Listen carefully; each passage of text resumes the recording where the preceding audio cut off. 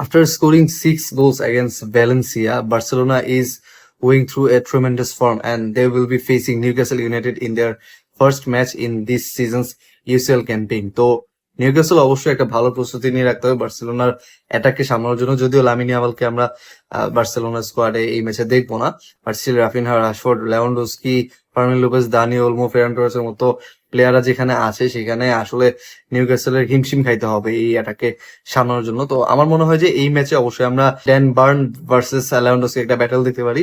দুইজনই physically strong, আর ফেরান টোরেসের জায়গায় অবশ্যই লেভানডস্কিকে স্টার্ট করবে, বিকজ ড্যান বার্নকে সামাল দেওয়ার জন্য দুই একটা ডিফেন্ডারকে লেভানডস্কি অবশ্যই তাকে এঙ্গেজ করে রাখার দায়িত্ব দেওয়া হবে।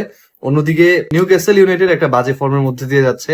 ইপিএল এ তারা 9 নম্বরে আছে এন্ড ইসাকের সাথে এই একটা ঝামেলা হওয়ার পরে তারা কিন্তু নতুন স্ট্রাইকার সাইন করেছে ওল্টমেইড। তো সব মিলে নিউক্যাসল এখনো পুরোপুরি তাদের ছন্দে ফিরতে পারে নাই। তো এই ম্যাচটা আসলে তাদের জন্য, যদিও ঘরের মাঠের ম্যাচ, বাট স্টিল তাদের জন্য একটা কঠিন ম্যাচ হতে যাচ্ছে।